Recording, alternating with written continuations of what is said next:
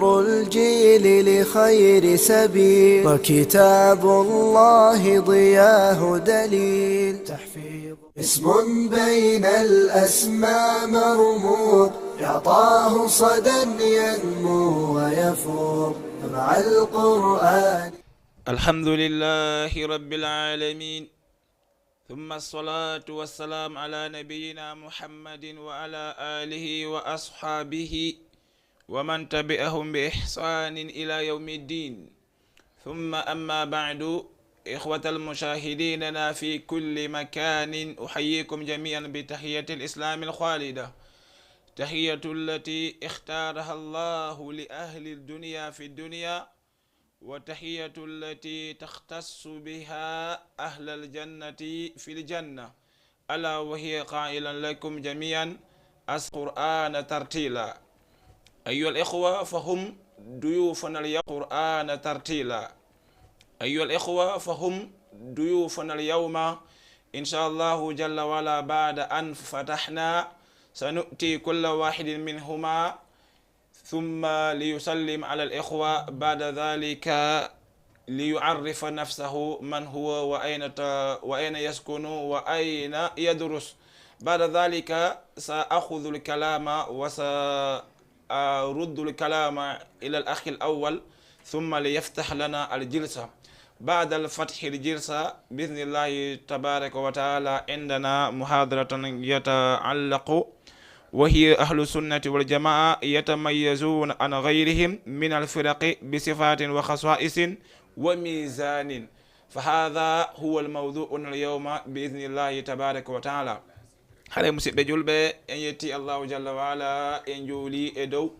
محمد صلى الله عليه وسلم باولو مسيب جلبة محيولوري حيورانغو go Allahu azza wa jalla woni ko suɓani yimɓe aduna ɓen yoɓe hiwrondir. Hiwrango ngo Allahu tabaraka wa taala heerinani wonande yimɓe aljanna ɓen ko nder aljanna yoɓe hiwrondir, woni jang e kisal yo woni e dow moɗon musidɓe julɓe nokku kala ko tolorɗon. haɗa noon musidɓe, hande kañum kadi en arti e émission moɗon andaɗo on woni gandal e faamu oɗo nokku waɗaɗo Barki Jama TV. haray musidɓe julɓe, hiɗen mari hoɓɓe ɗiɗo ɓe andanteɗama ko tedduɓe wonɓe huñjade Qur'anul Karim e ɗiɗo daraji. haray ko kamɓe woni ko invite ɗen hande, so tawi Allahu tabaraka wa taala newni ɓe aldani en Qur'anul Karim. kañum kadi si tawi ɓe mari ana sijji ɓawa ɗon kañum kadi ɓe weeɓitana en, wa illa haare ɗe jonnude ɓe ceernoɓe ɓandanteɗe mon hikkori ɗo yeeso an ɓe andine ko kamɓe woni homɓe konto ɓe woni janngude konto ɓe hoɗi ɓawa ɗon kañum kadi mi jonna ɓeɗo musidɓe. haare kañum kadi sen gayni ɗum ɗon udditen jonde nden e janngugol yoga e ayeje Qur'anul Karim. ɓawde gaynden ɗum ɗo musidɓe julɓe, hiɗen mari yewtere nde andanteɗema hinde inne woni ahlu sunnati wa jamaa yatamayazuna an gayrihim min alfiraqi bi sifatin wa khasaisin wa misanin. ɓawa ɗum ɗon musidɓe julɓe ko ɗum ɗo woni yewtere meɗen nden. haare ɗen jonnude musidɗo on o présente o andinen ko kanko woni hombo, falyatafaddal mashkura wa majura. assalamu aleykum wa rahmatullahi taala wa barakatuh. haray komin Aboubacar Ba, miɗo janga dara Nasiruddin wa Nurul Bayan. haray ustadiɓe wonɓe ɓen mo jannude e ɓe hinne Muhammad Diallo. sayidaɓe jewɓe dara on hino hinne Hajiratu Ba. haray assalam ko hewrango noon wondugo jang e kisal. juula e nelaɗo Ahmad yottinɗo ngal ɗo nulal. yo Allah ɓeydu pottal e ɓantal wonande kala notiɗo ngal ɗo noddigal. haray assalamu aleykum wa rahmatullahi taala wa barakatuh. waleykum salam wa rahmatullahi wa barakatuh. musidɓe ɗo en jonde musidɗo on haray ko ɓe woni ɗandanteɗe mono yuɓɓana en ɗiye gimɗi e pulal. kala wonɗo ɓe sivude ko réseaux sociaux ji haray no andi ɓe woni jomiraɓe dara o Nasiruddin wa Nurul Bayan. haray ko kamɓe woni ko invité ɗen hande inchallah. ewa nam cheikh. assalamu aleykum wa rahmatullah. haray miɗo hinne Abdourahmane Diallo, miɗo janga e dara duɗal inetegal Nasiruddin wa Nurul Bayan. ko adi ko miɗo hiwromo be inde mum, miɗo lando sitana abo ala ton, minen gatana wo alaga alhamdulillah. Assalamu alaikum. Waleykum salam wa rahmatullahi wa barakatuh. Idan musidɓe julɓe ɗen inde ɓe ko towli maɓɓe oɗo nokku. Idan cheikh honno de inde ne sah Abubakar Ba. Aboubakir. Idan udditane en jonde nden e yoga e ayaji Qur'anul Karim. Aywana. أعوذ بالله من الشيطان الرجيم. بسم الله الرحمن الرحيم.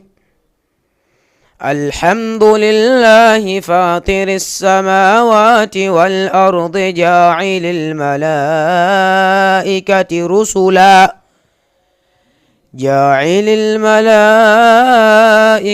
رسلا أولي أجنحة مثنى وثلاث ورباع يزيد في الخلق ما يشاء إن الله على كل شيء قدير. ما شاء الله. ما يفتح الله للناس من رحمة فلا ممسك لها وما يمسك فلا مرسل له من بعده وهو العزيز الحكيم. يا أيها الناس اذكروا نعمة الله عليكم هل من خالق غير الله يرزقكم من السماء والأرض لا إله إلا هو فأنا تؤفكون. وإن يكذبوك فقد كذبت رسل من قبلك وإلى الله ترجع الأمور. يا أيها الناس إن وعد الله حق فلا تغرنكم الحياة الدنيا ولا يغرنكم بالله الغرور. إن الشيطان لكم عدو فاتخذوه عدوا إنما يدعو حزبه ليكونوا من أصحاب السعير. الذين كفروا لهم عذاب شديد والذين آمنوا وعملوا الصالحات لهم مغفرة وأجر كبير. أفمن زين له سوء عمله فرآه حسنا فإن الله يضل من يشاء ويهدي من يشاء فلا تذهب نفسك عليهم حسرات إن الله عليم بما يصنعون. والله الذي أرسل الرياح فتثير سحابا فسقناه إلى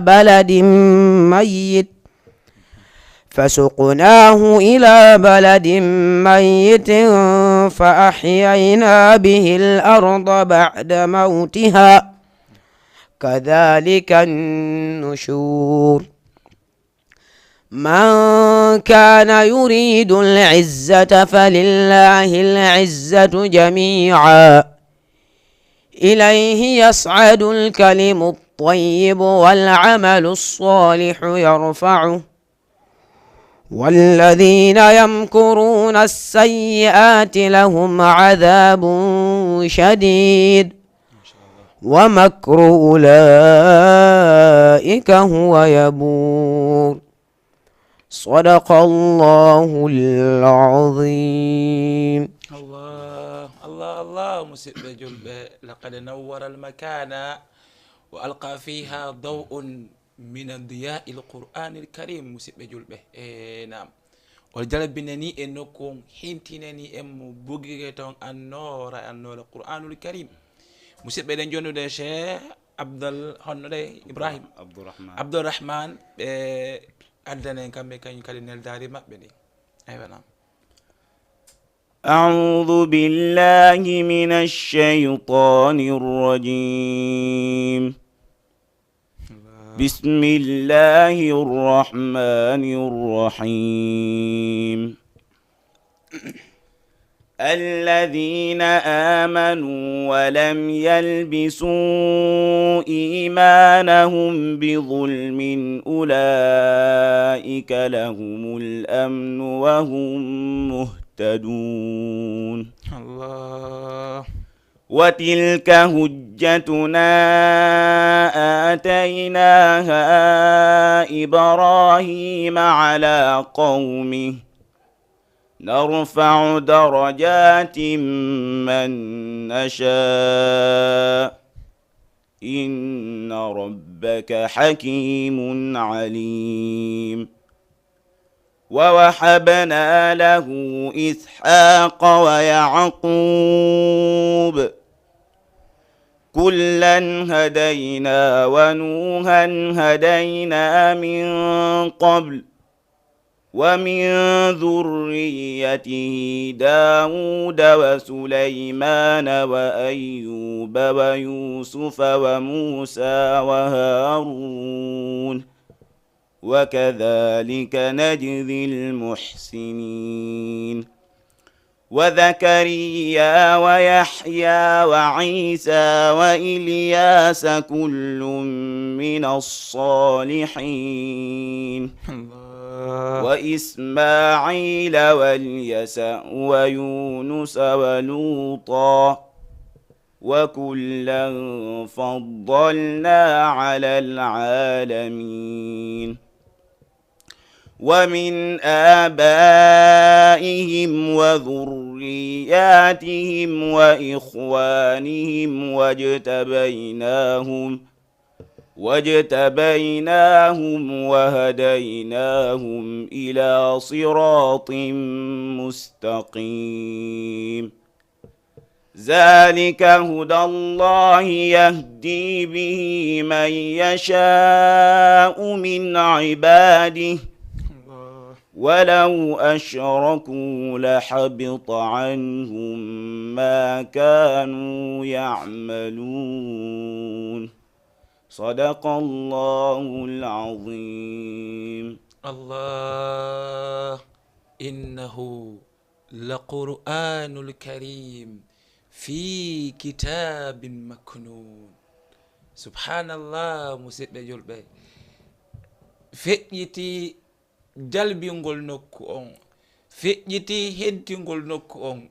bal he musidɓe eɗen andi ala ɓuro wala welde ha hewtinangol lan sawt wona cheikh mahmoud khalil khosari i wallah qira'atan ra'a jiddan wallahi hatta la astati an asifa qira'atahu musidɓe mi wawa ala e sifade no jangiri no tellement que ko ɓandu ga woni ko hewtimi kala anduɗo hosare ɗon andi ko ni hino yaha ya allah musidɓe julɓe idan ɗum ɗo ko neldari dara moɗon on woni nurul honno nasiruddin wa nurul bayan ko kamɓe woni ko neldi ɗum ɗo jama tv noon jaɓi neldari ndin ɓe weltorike wallahi jama tv weltorike kono ala ko ɓe ɓuuri weltorade ha hewti husari on wallah ɗen andi musidɓe julɓe welo ko ha honto allahu tabaraka wa taala waɗi e ɓernde meɗen ɓeɗo ceernoɓe idan musidɓe hucciten e yewtere meɗen ɗen ɓawo nde weltani ɗen ɓeɗo ceernoɓe yo allahu tabaraka wa taala julnu balɗe ɗen waɗa barke maɓɓe musidɓe wiwɗen ko ahlu sunnati wal jamaa ɓeɗo wiyeteɓe ahlu sunna wal jamaa kamɓe yatamayyazuna an gayrihim min alfiraqi kamɓe hiɓe serti e woɓɓe goo ko wona kamɓe immorde e feddeji ɗin kono ko bi sifatin wa khasa'isin sifaji e kerekereji wa mizanin e noneji ɗandanteɗema ko kamɓe tun woni ko wa'i non goɗɗo goo ko wona kamɓe hino sirti. kono musidɓe ko adi en naadantawo lubbul mawdu. idan alayna an nu'arrifa man huwa ma huwa sunna thumma lughatan wastulahan kadi wama huwa aljamaa lughatan wastulahan ko ma andinen ɗin ɗo taw. musidɓe sen daari ko wiyete kon sunna e pottal karama koɓe ɓen maɗum e haala arabu ɓe inne wo a sunnatu fi lugha mushtaqatun min sanna yasinnu wa yasunnu sannan fa huwa masnunun wa sanna al amru ay bayyanahu. wo ko ɗum woni nelaɗon alayhi salatu wassalam ki wo wallahi ono on jokkay laawol o yi sanana la tattabi'unna sanana man kana qablakum. idan ɗum non holli sunna e haala arabu no wawi fitirede laawol. idan musidɓe julɓe joni noon sen inni sunna ko istilah kon ɗum woni sunna ko pottal karama ko ɓen ɓe daari ɓe dartidike wondenedema kon ɗum woni sunna. musidɓe ɓe maki hiyal hadiyul ladhi kana alayhi rasulullahi sallallahu alayhi wa sallam wa ashabuhu. wo ko ɗum woni peewal ngal andantede mo nelaɗo alayhi salatu wassalam no yahayno e muɗum ɓe laatino e muɗum kamɓe e sahabaɓe maɓɓe ɓen. wo ko ɗum woni honɗum sunna. musidɓe julɓe ko wona noon kañum kadi ilman wa itiqadan. wo ko gandal wo ko finde wo ko nelaɗon wonno e mum. wo ko ɗum woni sunna. qawlan wa amalan ko konngol wo ko gollal wo. wa taqriran wa tutlaqu sunna aidan ala sunani al ibadati wal i'tiqadati wa yuqalu as-sunnatu al bid'atu. o yi musidɓe idan musidɓe sunna hino inne wondanede mo noone e ko allahu tabaraka wa taala rewirte e findeji ko wonnon kañum kadi ko konngol e ko gollal e ko eɓɓande. sunna no wirglitire ɗum no faamo wondanedema ko ɗum woni sunanul ibadate sunnaji ɗin yiɗaɗi ɗin ko no allahu tabaraka wa taala rewiteno wonon wa yuqabilu sunna haray ko honɗum woni ko dartoto sunna habide e sunna woni bid'a ko al bid'a ko siñta kon haray ko ɗum woni ko dartoto sunna. idan en andi sunna lughatan wa istilahan yo musidɓe julɓe. joni noon anden aren ko honɗum wiyete aljamaa. musidɓe julɓe ko waɗi tarif ji ɗi no ɗuuɗi sen wi en adde fof ɗo haray mi hoolaki en wawa heɓude no faalɗen fof ko ɗum waɗi ka be koyen miemu seeɗa ko ɗum ɓe maki wa qala nabiyu sallllahu alayhi wa sallam fa innahu man ya'ish minkum ba'di fasayara ikhtilafan kathira fa alaykum bi sunnati wa sunnati khulafa'il mahdiyyin ar-rashidin. o yi alayhi salatu wassalam maki wo fa innahu ko woni man ya'ish kala on wuuruɗo minkum e moɗon ba'di ɓaawo an wondanede mo dey fasayara ikhtilafan kathira. oɗo o yiyay lurde heewude minen komin laawol ngo minen komin laawol ɗo minen komin ɗo minen komin ɗo kono noon wondanedema ɓe maki o fa aleykum bi sunnati mi waɗɗini on jokke sunna an on wa sunnati l khulafa'il mahdiyin jokke sunna ɓen lontiɓe wi'en aboubacry wi'en omar wi'en uthman wi'en ali ko ɓe woni khulafa'u rashidin fewnaɓe ɓen iwtiro mbawa ɓen noon ɗofteɗon waɗon no ɓe wonno e warude noon. haɗa sem daari musidɓe julɓe ko woni aljamaa fi lugha woni jama si darama fi lughati arabiyya idha lahadna jayyida ma huwa aljamaa fi lugha ɓe maki o ma'khudun min aljam'i wa huwa diddu shay'i. o yi wondanedema ɗum no ƴetta e moɓidirgol woni noon ɗum liddumum ko hunde wotere. sen inni hunde wotere e buy na gotum awa idan buy liddumum ko hunde honɗum wotere bi taqribin ba'dihi min ba'din. wo ko ɗum woni hiɓɓinirgol yoga e yoga ndaare nduɗo hondu ko wotoro kono sen hiɓɓindiri ɗiɗo fof wonti kolli idan wonti honɗum jama awa ko ɓannugol yoga e yoga ko ɗum woni taqrir ba'dahu li ba'din ko ɓarnutugol yoga faade yoga. wa yuqalu jama'ahu fajtama'a no wi'e o moɓidiri hunde nden nde moɓodiri idan wal jama'atu al adadul kathir. o yi wo ko woni jama ko ɓen yimɓe heewuɓe minan nas e yimɓe ɓen wa hiya aidan ta'ifatun minan nas. wo ko ɓen woni e fedde e yimɓe ɓen. hara en andi jama e luha tan. joni istilahan jama konno woni ɗum ɗon ɓe maki hiyal jama'atul muslimin wo ko ɓen woni jama julɓe ɓen. wa hum salaf hadhihi l umma ko ɓen woni feƴƴuɓe e ɗeɗo mofte. se ndaari salaf luhatan ɓe inne salaf ko nden hunde feƴƴude. wa taqaddamahu shay'un, idan ko ɗum woni salaf. kombo woni noon imamul salaf ko annabajo on alayhi salatu wassalam, ko kamɓe woni imamu on. ko honto tippuɗen ɗum? allahu inni muhammadun rasulullahi, muhammad ko nenaɗo allah on, walladina ma'ahu, ay hegditiɓe ɓen wondi e oɗo. o yi muhammadun rasulullah walladina ma'ahu ashiddau alal kuffari ruhamau bainahum. ayi nelaɗon alayhi salatu wassalam ko kamɓe woni imamu ahlu sunnati wal jamaa. idan noon ɓe maki wo hiyal jama'atul muslimin wa hum salaf hadhihi l umma al marhumatul mubaraka, ko kamɓe woni lontiɓe woni feƴƴuɓe kan ɗeɗo mofte ɓe allahu tabaraka wa taala waɗi barke muɗum yurmaɓe mina sahabatil kiram, ko ɓen woni sahabaɓe tedduɓe ɓen, wa tabi'ina al idham, e tabi'inaɓe mawnuɓe ɓen, wa man tabi'ahum min a'immatil a'lam, e kala on jokkuɗo e laawol maɓɓe e karamokoɓe mawnuɓe ɓen, hare yo waw famude kanko salafi. hara wona argollo inna ana salafi, min komi salafiyankejo, ana ahlu sunna wa jama, wona ɗum ɗon de. sabu se ndaari karamokoɓe ɓen no andi istilah labaɗo ɓe maki wo والتحديد زمني ليس شرطا في ذلك، بل الشرط موافقة الكتاب والسنة على ما كان عليه رسول الله صلى الله عليه وسلم وأصحابه. بما كانوا وندني دم تطلقول وي أكبر تون وني أهل السنة والجماعة بما كيودون ونا شرط، بل الشرط كموافقة الكتاب، كون أنتجي حاولون ديتا القرآن الكريم السنة النبي صلى الله عليه وسلم بما كانوا وإن بعد الزمان والمكان، حيث تيوي زمن ودي نكو ودي فأنت سلفي، هذا أنك فامك سلفي أنكيجو هي كوادينو بما كانوا.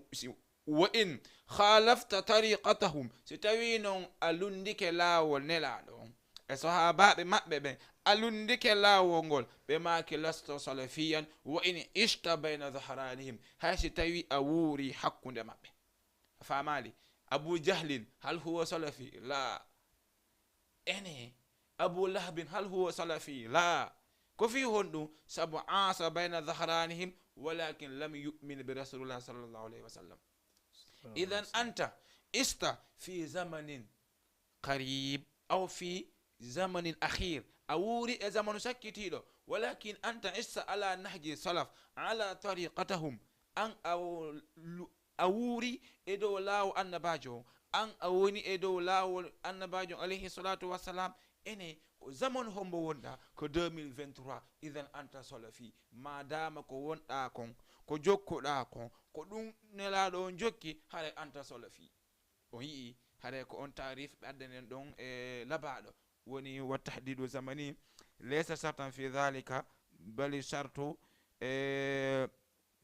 huwa almuwafaqatu lkitabu wa sunna fi l aqidati wal ahkami wa suluk. o yii ko yo hawrondir ko finde ko ñawoje ko jikkujima bi fahmi salaf, yo taw no hawrondiri wona salafu salih famiri noon. fo kullu man wafaqa alkitabu wa sunna, kala no mo andanteɗa mo golle maɗen ko wonɗa wadde ko no hawrondiri qur'anul karim e sunna annabajo on alayhi salatu wassalam. ɓe makino wa in ba'ada baynahu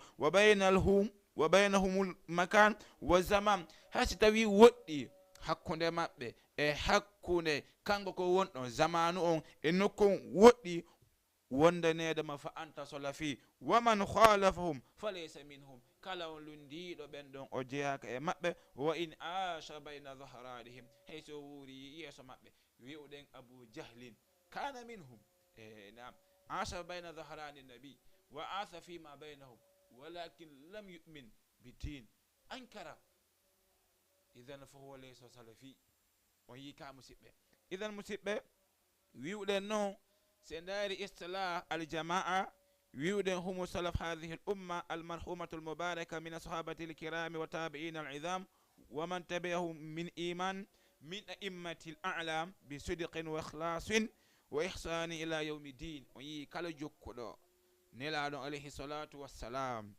إدو لابل إغونغول ها نيلاند درنجي ها نيلاند درنجال الذين اجتمعوا على الكتاب والسنة بيبي موبونديري جوغيتاغول القرآن الكريم e sunna on wasaru ala ma kana alayhi rasulullahi sallallahu alayhi wa sallam ɓe yehi konko wonno e dow muɗum nelaɗon alayhi salatu wasalam i'tiqadan wa ilman wa amalan zahiran wa batilan ko findewo koko nelaɗo wonno kon ko ɗum ɓe fiɓi ko golle maɓɓe ko nelaɗo wonno wadde kon ko ɗum ɓe waɗi ko feeñi kon ko suudi kon fof no hawrondiri e ko annabajo alayhi salatu wassalam wonno ke muɗum ɓe maki noon wa qad amara allahu azza wa jalla ibadahu lmuminin wa hathahum ala jamaa allahu tabaraka wa taala yamiri jeeyaɓe makko gonɗinɓe ɓen kanko allahu tabaraka wa taala o lerɗini ɓe yoɓe wondu e jama on wal ittilafi wa ta'awuni wa tahahumu anil furqati wal ikhtilafi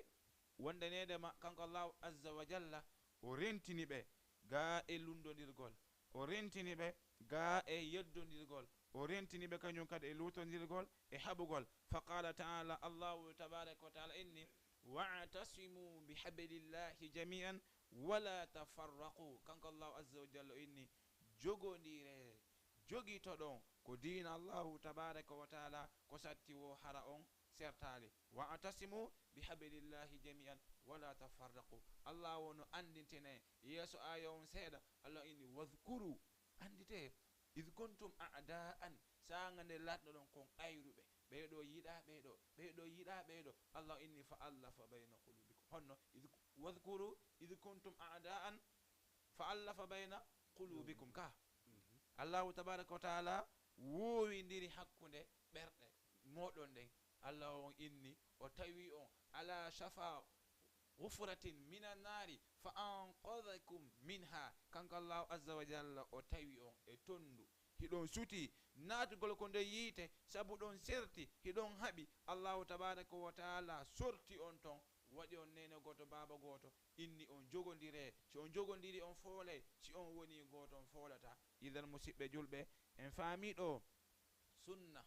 e haala arabu sunna e istilahan jamaa haala arabu jamaa istilahan idan noon ɓe wiyeteɓe ahlu sunna wal jamaa en andi en faami ko annabajo on alayhi salatu wassalam e kala jokkuɗo ɓawa maɓɓe immorde e sahabaɓe e tabi'inaɓe e karamo koɓe imamuɓe molanaɓe en faami ɗum no e ko jannguɗen kon joni ɓeɗo ko honɗum ɓe sertiri e hedditiɓɓen awalan ara nun ɗum innahum ahlu alwasat ko ɓeɗo woni yimɓe hakkidiɓe wal i'tidal bayna al ifrat wa tafrit hiɓe fotodiri ɓe ɓurtinta ɓe mankinta ɓeɗo kamɓe koko allah inni kon wonde nede mo wi'u ko onon yo yimɓe defte la taghlu fi dinikum wato lugginti non ɓurti non ko dina moɗon idan kamɓe koɓe yimɓe hakkidiɓe ɓe ɓurtinta ko allah wiɓe kon kañum kadi ɓe mankinta e ko allahu tabaraka wa taala inni ɓe kon baynal ghuluwi wal jafa on yi hakkude lugginagol e angal luggingol ha ɓurta ko duwa jonnide kon sappo e mankina jonnire joyi kamɓe kañum kadi ɓe sifitorano sawa'un kana fi babil aqaidi aw al ahkam aw al suluki fa hum wasatun no wayi wade wo si tawi koye dambugal aqida darɗaɓe walla koye ñawore ma ko jikkuji koɓe jikkitori kon a tawa ɓeɗo koɓe hakkidiɓe baynal firaqil umma hakkude laawi feddeji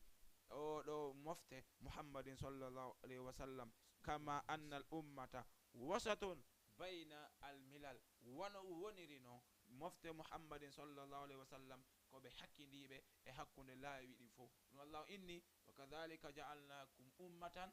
wasatan litakunu shuhada ala nnas wa yakuna rasulu alaykum shahida allah inni ko wona noon mi waɗiri on onon yimɓe muhammad ko on moftande hakkidiɓe wala noon onon fiyo on laatoyo seede e hedditiɓɓen onon kañum kadi kanko allah kanko muhammadin sallllahu alayhi wa sallam ɓe laato seede e dow moɗon liyakuna rasulu aleykum shahida. idan musidɓe julɓe ɗimmun ɗum woni ta'zimuhum lil kitabi wa sunna wondanede mo dey kamɓe ɓe mawnini qur'anul karim hiɓe mawnini sunna muhammadin sallllahu alayhi wa sallam wa iqtisaruhum fi talaqqi alayha kamɓe dey ko ɓe yondinotoɓe e longinagol qur'anul karim kamɓe si ɓe longinike qur'an o ɓe faami fayda ko hedditi e piijo goo ha ɓe ala haji e muɗum wahtimamuhum biha kamɓe kañum kadi de ɓe hima hiɓe himmiri qur'ana on e sunna on kamɓe kañum kadi wa taslimul al mutlaqu lihima kamɓe kañum kadi dey ɓe jebbilanto hattide jebbilanagol wonande oɗo qur'anul karim ɓe jebbilantomo hattide jebbilagol qur'an on kala ko ari halmini kala ko ari yamiri ɓe jebbilanto sam'an wa ta'atan wona noon kañum kadi e sunna annabajo on alayhi salatu wassalam ala manhaji salafi saleh wa tariqatihima kamɓe ɓe etoto rewgol e dow laawol annabajo on alayhi salatu wassalam e dow laawol no sunna on e qur'an on walliniri noon haray ko ɗon woni koɓe eɓtoto rewgol e muɗum ɓe makki tammum ɗum koɓe sirte hedditiɓe ɓen laysa lahum imamun mu'azzamun ya'khuduna kalamahu kullahu wa yad'una ma khalafahu ɓeydo dey ɓe ala imamujo karamokojo ceernojo mawninteɗo kala ko woli o hi men jaɓi kala ko woli o hi ko gonga men ƴetti men gollitiri he rewela mi naadi on aljanna awa men jaɓi he hunde kaari awa men jaɓi kamɓe ɓe ala on imamujo si wona honɗum illa rasulullahi sallllahu alayhi wa sallam si wona nelaɗon alayhi salatu wassalam ko annabajo on tun wowlata konngol tawa goɗɗo e maɓɓe landitotako ko annabajo on tun wi'ata haɗi hunde tawa goɗɗo e maɓɓe landitotako wa hum a'lamu nnas bi ahkamihi wa aqwalihi wa af'alihi lidhalika fahum ashaddu nnas hubban lissunna ahlu sunna wal jamaa ɓe jokkuɓe nelaɗo on alayhi salatu wassalam ko ɓe ɓuri andude yimɓe ɓen alhaali annabajo on alayhi salatu wassalam ko ɗum waɗi kamɓe ɓe watta gollal si wona ɓe andi nelaɗon ko honno waɗiri ngal gollal ɓe wowlata konngol si wona ɓe landoto ko honɗum annabajo wowli e ɗum ɗo ko wona noon kañum kadi ɓe waɗata gollal si wona ɓe andi ko honno annabajo alayhi salatu wassalam golle e muɗum lidhalika fahum ashaddu nnas hubban li sunna ko ɗum waɗi ko kamɓe ɓuri yiɗude yimɓe ɓen e sunna o kala jokkuɗo annabajo sallllahu alayhi wa sallam a ndara e tawa ko kamɓe ɓuri yiɗude sunna o ko waɗi kamɓe ɓe yiɗata yo sunna on yo yeebo ko ɗo yiyata woɓɓe no inna hunde kaari ko sunna noon sa faala waɗa sa faala waɗata subhanallah keron anda annabajo alayhi salatu wassalam ɓe maki o wondanede mo mirlan farla hunde hara ɗum ɗon ko allahu tabaraka wa taala yamirimi yomi farlude allah on gongini ɓe wama yantiqu anil hawa in huwa illa wahyun yuha nelaɗon wowlata si wona wahyu kala ko ɓe wowli ko wahyu ko ɓe wahyidina yoɓe wowlu e suratu annajim musidɓe si tawi annabajo alayhi salatu wassalam ɓe wowlata si wona wahyu idan nelaɗo on si ɓe wowli hunde ɓuroɓe ɗaɓɓitude ɗum waɗugol ɗum idan fahum a'lamu nnas bi sunna wa ahabbu nnas bi sunna kamɓe ɓuri yiɗude yimɓe ɓen ko wiyete ko oɗo sunna wa ahrasuhum ala tibaiha ko kamɓe kañum kadi ɓuri lerɗude e dow jokkugol sunna annabajo alayhi salatu wassalam wa aktharuhum muwalatan li ahliha ko kamɓe kañum kadi ɓuri jogagol giggol yiɗugol yimɓe sunna ɓe a yi'e no yimɓe sunna no ɓe yiɗidiri no ɓe jogodiri e no ɓe yiɗiri neɗɗo dina a tawa goɗɗo goo ko wona kamɓe ala ɗum ɗon rabiyan e ko ɓe serti e laawi heɗitiɗɗin woni tarkumul husumat fi din wona noon kadi kamɓe ɓe accitay woni husumati fi din luutodirgol yeddodiral ko dina ko wono noon kañum kadi wa mujanabatu ahliha ɓe woɗɗito kala yimɓe ɓandanteɗo makko yiɗuɓe yeddodira e sonko kala wo ko yiiɗa oɗo mo yeddodira oɗo onon kon heferaɓe onon kon ɗum ɗo onon ko ɗum ɗo kala ko yiɗaɓe jooɗi e memmingol haala tun hefeɗina ɓeeɗo e fasiguina ɓeeɗo kamɓe wonano woni ko ɓe sifitori annabajon alayhi salatu wassalam e taabi inaɓe ɓen e kala jokkuɗo e maɓɓe. Anditen tun en andini ko homɓe woni ahlu sunna wal jamaa ko annabajon alayhi salatu wassalam e sahaba ɓen e taabi inaɓe ɓen e kala jokkuɗo e ɓaawo maɓɓe no jembina e peewal maɓɓe ngal no ñentina e muɗum. Wa tarkuhumul jidal wal mirar accugol ɓe yeddodirgol e sonkugol fi المسائل الحلال والحرام ودخول في الدين كله بأكتي يدنديغول هونde kaari no dagi hunde kaari no harmi kamɓe bal ɓe tabita e diina kan ɓe jaɓa ɓe gollitira ɓe tabita e diina kan e dow hunde wotere ko ɗum waɗi ko kamɓe yimɓe heɗitiɓɓen ɓe wona gotum yo musidɓe julɓe ko wonnon kañum kadi no hikki ɗon e toɓɓere ko andanteɗe ma hiɓe serte heɗitiɓɓen woni ta'zimuhum li salafi salih wa immatihim wa itiqaduhum bi anna tariqata salaf wa manhajahum aslam wa a'lam wa ahkam wonnede ma kamɓe dey hiɓe mawnini annabajon alayhi salatu wassalam ahlu sunna ɓe yiɗi nelaɗon alayhi salatu wassalam ko wonnon kañum kadi hiɓe yiɗi sahaba ɓen hiɓe yiɗi kañum kadi tabi'inaɓe ɓen ko wona non kañum kadi kamɓe hiɓe fiɓi wondanedema ko laawol annabajo on e sahaba ɓen e tabi'inaɓe ɓen ko ngol laawol ɓuri hisude ko ngol laawol kañum kadi ɓuri wondude e faamu wondude e ñeeñal idan noon no annabajo wuuri noon e sahabaɓe maɓɓe ɓen e tabi'inaɓe maɓɓe ɓen wondanedema ko ngol laawol ɗon hiya aslam ko kangol ɓuri hisude wa ahkam ko kangol kañum kadi ɓuri wondude e ñeeñal idima e laawi heɗitiɗɗi ngo ala laawol ko heltotoɓe muɗum ko wonnon kañum kadi kamɓe woni ahlu sunna wal jamaa rafduhumu ta'wilul kalami ɓe riiwa kala wo ko firtirte haala joni aya qur'an walike hadith walike oɗo ara inna min de hakkilan ko ɗum ɗo wi kamɓe ala ɗum ɗon kamɓe bal koyoɓe ardin daru ɓe maki wastislamuhum li shar'i kamɓe koyoɓe jebbilano sharia on woni qur'ana on e sunna on ma'a taqdimihumul naqla ala al aqli ɓe ardinayi ko hakkille ɗen woni e eɓɓude kon ɓe ardinayi ko ɓe jangi ko diina kon qur'an on e sunna on e dow ko haqqille ɗen eɓɓata kon ndaare aliya o inni wallahi si tawino ka diina ko feere tun ndareteno golle wo harayno nde neɗɗo tamoto ko hoore koyɗe wo harayno ko ley teppe ɓuri handude e fompugol ka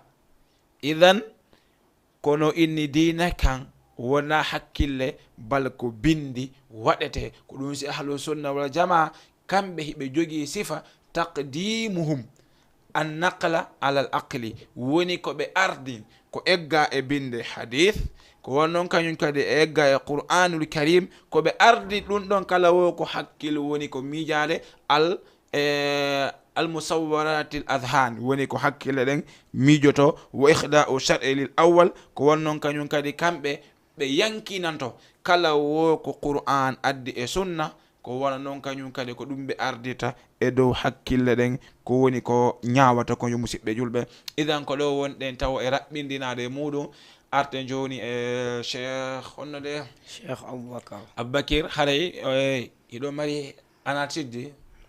kawngala angame mari aywa nami idan joni aywa nami idan addane en taw anatid ɓawo ɗon kañum kadi ombiro en qur'an o aywa nam cheikh فاعلات فاعلات فاعلات فاعلات فاعلات فاعلات فاعلات فاعلات إن سألتم عن إلهي فهو رحمن رحيم إن سألتم عن إلهي فهو رحمن رحيم banti kammu fonti leyndin waɗi lewru fini ɓeɗen addi kode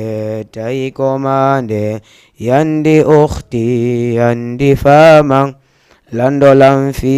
jeyɗo en on minama allahu rabbi landolan fi jeyɗo en on minama allahu rabbi in sa'altum an nabiyyi fahuwa insanun karim in sa'altum an nabiyyi fahuwa insanun karim andi anda jayo andu Allah okki nelaɗo men on dina islam bindi qur'an dina islam bindi qur'an andi anda jayo andu Allah okki nelaɗo men on dina islam bindi qur'an dina islam bindi qur'an in sa'altum an kitabi fahuwa qur'anul karim in sa'altum an kitabi فهو قرآن الكريم إن سألتم عن عدوي فهو شيطان رجيم إن سألتم عن عدوي فهو شيطان رجيم فهو شيطان رجيم ما شاء الله ما شاء الله na musidɓe haɗa ko ene woni nani ɗiɗo gimɗi idan noon fayda ko pulal ɗiɗo ala ko ɓeyten ɗon illa yallah mo ɓeydan ɓe gandal ngal aywa nam cheikh abdourahmane فعول فعول فعول فعول فعول فعول فعول فعول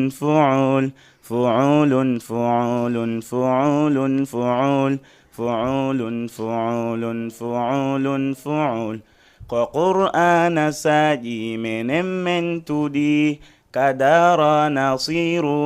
من تدي konoddango gandal jabima sali sadima kotoli akhihe ari ko qur'ana sownda menen men nani ko qur'an e sunna waɗi men ɓuri ko nedi e gandal menen men suɓi kanedi e gandal menen fow jaɓi ko qur'ana janga shaytane dogi o feggi o falli tawi mo huli daw bimbi yo siɗɗo menen men dawi kadara nasiru menen men dawi daw bimbi heɓi mo nyalli fadi ko qur'an weli ko Allah yoɓi daw bimbi heɓi mo nyalli fadi ko qur'an weli ko Allah yoɓi. Allah Allah Allah Allah musidɓe daw bimbi heɓa gandal ngal nani aywa nam ɗen andi ari e ibara woɓɓe inna e wondaneda ma ko hadith kono na hadith woni kun woni ughdu daw bimbi law hara mutaalliman ka wonɗo e jangude aw mualliman ma ka wonɗo e jannude aw muhibban walla ka yiɗuɗo wonde honno kadi de hikkitiɗon ɗon ya Allah woni ughdu mualliman aywanam hikkiɗon aw mustami'an walla ka heɗitotoɗo ɓenni fala takunil khamisa fatuhlika wata tawe dey e jowoɓo on halkeɗa woni a jangata a dawata jannugol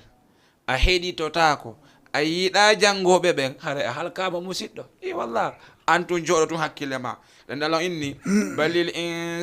balil insanu ala nafsihi basira kala bani adam e dow hoore mum no andi hoore mum joni musidɗo joɗo tun antun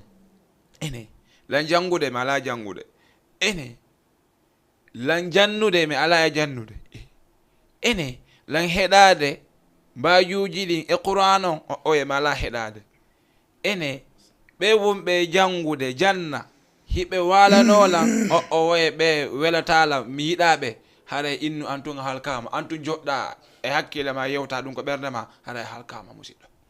he ala halkam idan musidɓe ɗum ɗo ko welo welo ni wallahi ɓeɗo en jonne no ɓe sogganen ɗo ha ino heddi kalan ni yel ko hebli ɗon kon awa joni allah ala musidɓe yewtere ande lan andi sa heeɓi hoɓɓe wona ya ñaamu ñaamete on fof accitaɓe yewtere nde no heddi ɓay fen ɗo ko toɓɓe 14 fen ɗo mi tangini ko toɓɓe 8 woni komi ƴetti idan andi no heddi kono noon mi yettatake ba fi kala lan andi DG jonno ko ba yetta kono mi yettake ba ko Diallo woni komi yettete idan mi ñamata fof mi ronka jonde hoɓɓe ɓe joni Cheikh Abdou honno de Cheikh Aboubakir idan artirangen ɗon seeɗa ella ala immorde anasir goto kadi ka lanni ya Qur'an alquran heddorɗon ko an heddori hono anasir goo awa artirangen on ɗon ɓawa ɗon kañum kadi ndaren inchallah honno warraten aywana may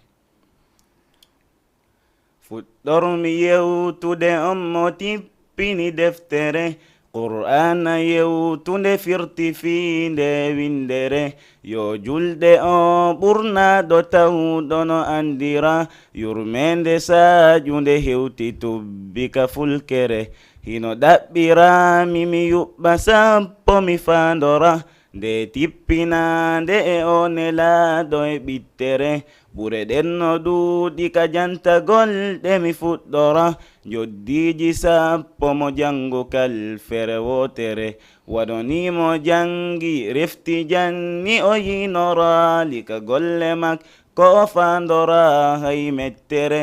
si wona yo wewlir jomi meɗen weltora oɗo o totay joddi mawdi ka moƴƴere tuma hewti hotude o jiyaɗo kala kara nde wi'a jomi oɗo min e makko koko teppere annora mayre ka kaburu makko no jalbira annora mayre ka kaburu makko no nordira annora mayre ka kaburu makko kono dumora yerwo no dumorno jiyaɗo ka deftere daroye ka allah ɓe inna jangude jengira yerwo ko hunji on jiyaɗo e halfere wota ɗurno nde han ɗurne dawano yewtira waɗu wirdi ñallal wota fuutoma moƴƴere remurentoɗa wota sato fewdo ka settiɗo tuma ciɗi mbatugol do manodday wirtere cellal e hettare ko ngalungo no suynira woni torta hodi tor anduroni nayni sere awa jomi arsiku men ka faamude gollira ha ñande to wiri himɓe mayi rewa hodere timmiɗi sappo ka ɗoftagol ɓe mi hombira mantore o ɓurnaɗo ko ho windere sallallahu alayhi wa sallam sallallahu ala alqa'il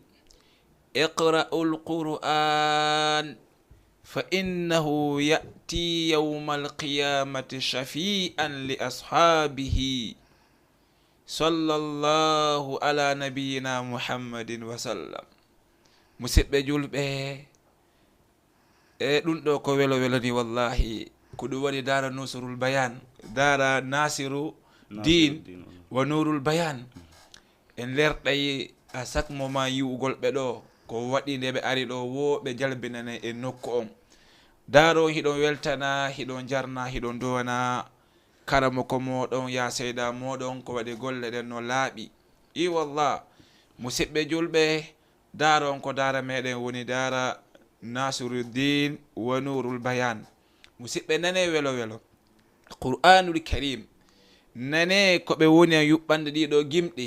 wondanede mo nelaɗo maki ɗon andi ko ibara woni ko ɓe ƴetti ɗon nelaɗo alayhi salatu wassalam maki jange qur'anul karim ko waɗi ñalale dalngal qur'an on areno fattano ɓen wonno ɓe jangude qur'an o inna kaarijo ari ara qur'an no wowla inna allah qur'an no dilan inna he ar o ara ha o hewta o inna subhanallah qur'an ko ndu waɗi qur'an inna moɗi ko nu darnumaɗo hay joni anatal aljanna o nanomi andari taw dey ko darnimi ɗo taw mi famali qur'an ina ari anga duwa ka ɗo an ɗo na place mani qur'an hikko yeeso o nanangi ɓawo ga o nanga ɓawo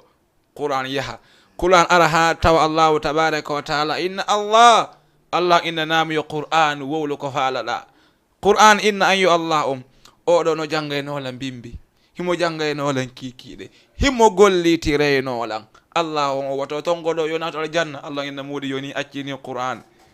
mo tefanɗa mo fatteniɗa he tongota ko ɗo ƴetti e monabo mo kal janna ya allah ya allah musidɓe julɓe ya allah emba moƴƴi so tawi ko qur'an woni deftere ma emba moƴƴi so tawi ko qur'an woni ko rewtotoɗa bimbe kikiɗe ahlul qur'an hum ahlullahi wa khasatuhu i wallah musidɓe ɗum ɗo noon en heeɓi ɗi weloji wo sen jetti pay ko meɗen koye en nabi ko daraji si faɗi daraji en he subhanallah ene o dara mo honto kori dara Kër Massar woni na Kër Massar M3 Kër Massar M3 machallah so on digi falama yewde toon ko honto woni kono noddata on o nodday e 77 105 25 46 77 175 27 are way nodde ɗiɗo numéro ji ɗiɗi allah musidɓe ko woni dara nurul bayan idan daaro thamara dimɗe nurul bayan ko nelda makon akhi abdourahman maɗum akhi aboubacry huɓɓinan en nokku on kono ko jalbedi mi faala hara wona yiite hara ko qur'an o ha inchallah hani an laka aywa nam idal musidɓe ceernoɓe ɓen hiɓe addande joni ɓawonde ɓe gayni ɗon aywa nam أعوذ بالله من الشيطان الرجيم بسم الله الرحمن الرحيم وإذ أخذنا من النبيين ميثاقهم ومنك ومن نوح وإبراهيم وموسى وعيسى بن مريم وأخذنا منهم ميثاقا غليظا الله ليسأل الصادقين عن صدقهم وأعد للكافرين عذابا أليما يا أيها الذين آمنوا اذكروا نعمة الله عليكم إذ جاءتكم جنود فأرسلنا عليهم ريحا وجنودا لم تروها يا الله يا الله وكان الله بما تعملون بصيرا إذ جاءوكم من فوقكم ومن أسفل منكم وإذ زاغت الأبصار وبلغت القلوب الحناجر وتظنون بالله الظنونا هنالك ابتلي المؤمنون وزلزلوا زلزالا شديدا وإذ يقول المنافقون والذين في قلوبهم مرض ما وعد دنا الله ورسوله إلا غرورا. وإذ قالت طائفة منهم يا أهل يثرب لا مقام لكم فارجعوا ويستأذن فريق منهم النبي يقولون إن بيوتنا عورة وما هي بعورة إن يريدون إلا فرارا. ولو دخلت عليهم من أقطارها ثم سئلوا الفتنة لآتوها وما تلبثوا بها إلا يسيرا. ولقد كانوا عاهدوا الله من قبل لا يولون الأدبار وكان عهد الله مسؤولا. صدق الله العظيم. سبحان على القائل إنا سنلقي عليك قولا ثقيلا. سبحان الله مسيبه جلبه لندو ko welo welo ha honto haadi e welo welo Qur'anul Karim musibbe ndare ko gandale faamu woni on addande ndare ko telemon Jama TV woni on addande musibbe julbe he si tawi a leyti l'émission on hale lawaki ko wadi non sa leyti mo taw hale hande musiddo leyti welo welo kono haray lawaki natu ko pass amen Facebook a wawa hebude don ko feƴƴi kon maɗum yaha YouTube winda don Jama TV ɓawa ɗon kañum kadi musidɓe julɓe a wawa heɓde ɗon émission ma gandale faamu gaynitoɗama ɗon ko waɗi ko feƴƴi kon ɓuri welde ko fewndi kon ma kañum kadi ko woni arda kon kadi ɓuri welde kadi ko feƴƴi kon miron ko sendidirde idan noon fiya sendidir haɗa yahunda to ya émission ngo lawa ɗimmol Cheikh Abdourahmane aywanam idan jangande sakkitinde ɗen aywanam. أعوذ بالله من الشيطان الرجيم. بسم الله الرحمن الرحيم. قال عيسى ابن مريم اللهم ربنا أنزل علينا مائدة من السماء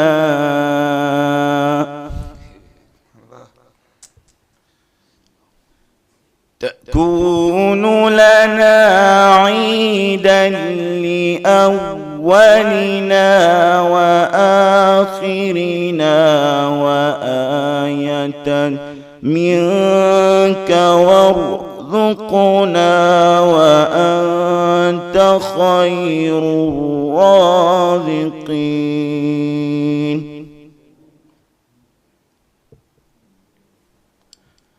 قال الله إني منزلها عليكم فمن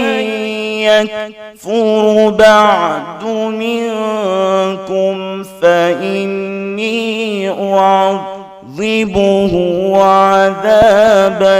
لا أعذبه أحدا من العالمين.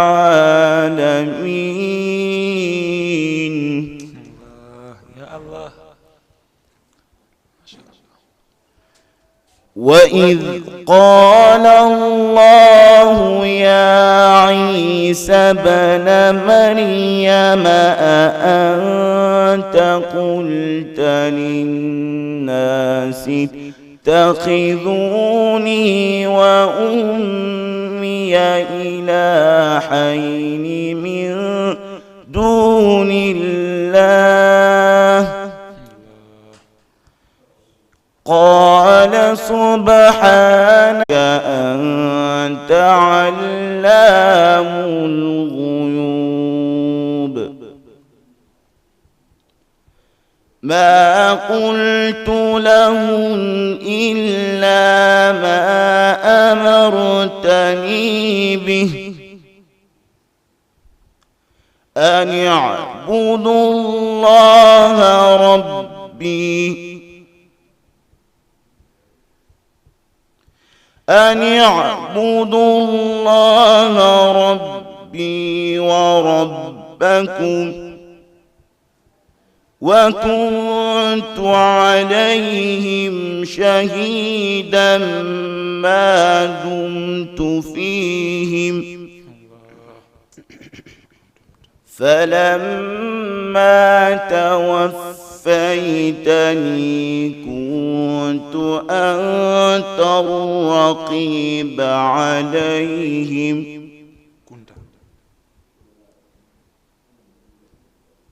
وكنت عليهم شهيدا ما دمت فيهم فلما توفيتني كنت أنت الرقيب عليهم وأنت على كل شيء شهيد صدق الله العظيم. الله الله الله الله musidɓe welo welon ko ha woni wa illa tun Jama TV weltanike on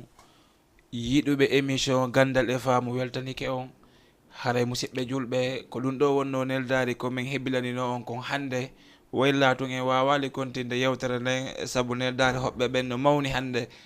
idan Cheikh Aboubacry konnguli ma sakkitiɗi ɗin aywa nam aray miɗon hewruto kala musidɗo julɗo wonɗo darude o sen ɗo walla kala hiyoyɗo o vidéo ɗo haray ko menen wa dara Nasiruddin wa Nurul Bayan haray dara on ko Kermasar woni kala faalaɗo jangude walla addugol ɓiɗɗo mum o janga haray himo wawi ƴettude o numéro ɗo o ƴettay 77 o waɗa 100 75 27 inchallahu tabaraka wa taala si on tigui noddi o numéro ɗo o wawa hendade ɓe tindinanama nokku on ka woni o ara o hewta aray assalamu aleykum wa rahmatullahi taala wa barakatuh. Waleykum salam wa rahmatullahi wa barakatuh. Idan Cheikh Abdourahmane onon kadi ko homɓe wonno hiwrade konnguli sakkitiɗi aray ko adi kon assalamu aleykum wa rahmatullah ko adi kon onon hooreɓe ɗum mawɗo on weltanama on jarrama aray min salmina wonɓe men darde o sayi ɗo mo be kala ko wontiri miɗen salmina ɓe landu si tana wo ala ton alhamdulillah yo Allah ɓeydan en jango haray assalamu aleykum wa rahmatullah. Waleykum salam wa rahmatullahi wa barakatuh. Idal musidɓe julɓe Jama TV weltanike hoɓɓe meɗen ɓen gandal e faamu jarniɓe dowanike ɓe e yeggitetano woni joma nokku on hiɗen toro n Allahu tabaraka wa taala yanñantaɓe waɗa barke e nokku on la shakka ko Qur'an jangete ko nelaɗo maki kon tun yaltata ɗon si wona annora hiɗen tori on annora yo yalto e oɗo nokku ha o hewta e nokkeli ko jama on taƴƴinanoki idan musidɓe julɓe hiɗen tori no Allahu tabaraka wa taala watta barki on e nokku on yanñane nokku on julna balɗe e jon nokku on ɓeydana ɓe feere nden ko wonnon kañum kadi hiɗen tori no Allahu tabaraka wa taala julnata balɗe mawɓe meɗen ɓen e kala wonɓe ndaɗo émission gandal e faamu yiɗuɓe nokku on haray hiɓe tora kamɓe kañum kadi Allahu tabaraka wa taala okkorɓe baraji koɓe woni en e siivude o émission kala wo ko yiwɗon kañum kadi feƴƴiga tawi ɗuytere heeɓi e muɗum farjere heeɓi e muɗum haray no iwri e menen ko waɗi bani adama tagama o timma ko ma o falja idan noon kala wo ko yiwɗon émission o labama timmi tawi ko noon wona dey on togi wona effort amen bal ko allahu tabaraka wa taala woni ko newnani men ɗum ɗon wawi latade haray hiɗen yettamo kanko allahu tabaraka wa taala aqulu ma tasma'un من الذكر والآيات وصلى اللهم وسلم على نبينا محمد وعلى آله وصحبه وسلم السلام عليكم ورحمة الله وبركاته اسم بين الأسماء مرموق يعطاه صدى ينمو ويفوق مع القرآن ترى العلوم